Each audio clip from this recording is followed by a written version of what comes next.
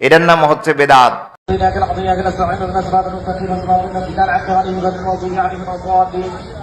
إن الله يأمر بالعدل والإحسان وإيتاء ذي القربى وينهى عن الفحشاء والمنكر والبغي يعظكم لعلكم تذكرون ويعهدنا إذا عهدتم ولا تقوموا ويكون كفاية ويعلم وتعالى لكن الذين أوتوا وعدوا قوة ভাইরা আমার, এই কোরআন তালাওয়াত সম্পর্কে আপনারা কিছু বুঝতেছেন?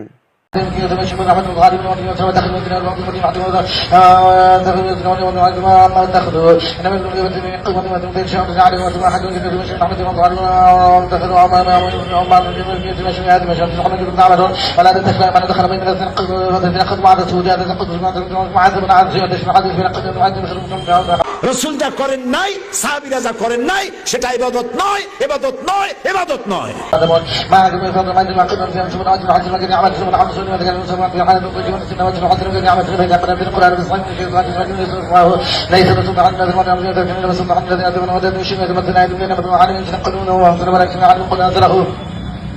روح القدس من ربك العقيد وتبيت الذين عملوا ومشاهد المسلمين قد علم ان يقول لن نعيد وشهد سعد حيث عدل ولا تغفر في ايه من العذاب العظيم ان هذا كتب من এটার নাম হচ্ছে বেদাত।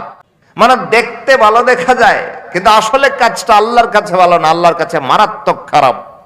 এটার নাম হচ্ছে বেদাত। 4G 5G গতিতে তারাবি পড়লেন, যে তারাবিতে হাবেশ সাহেব শুধু ইয়ালামুন তালামুন ছাড়া আর কিছু বুঝলেন না। এইরকম তারাবি, খতম তারাবি করার চাইতে সূরা তারাবি করা উত্তম। যে সূরা তারাবিতে আপনি এই ইয়ালামুন তালামুন ছাড়া আরো জিনিস বুঝবেন। আছে না অনেক এলাকাতে এরকম হয়।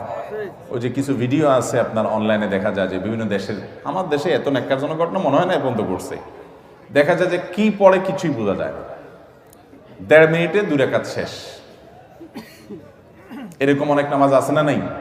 অনেকে 1.5 মিনিটও লাগে না। এই তুফান মিল গতিতে সব কাজে গতি ভালো না। কোরআন খতমের নামে, তারাবিতে কোরআন খতমের নামে কোরআনের উপরে অত্যাচার করলে কাবিরা গুনাহ হবে।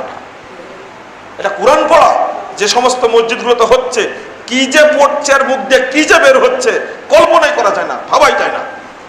অত্যাচার, কোরআনের উপরে বড় অত্যাচার চলছে এই যুগে, যেটাকে আল্লাহ নবী সাল্লাল্লাহু আলাইহি ওয়াসাল্লাম এক বাক্যে গুমরাহি এবং নিঃসন্দেহে পরিণাম জাহান্নাম ঘোষণা করেছেন। সেই অন্যায়টা হচ্ছে বেদাত।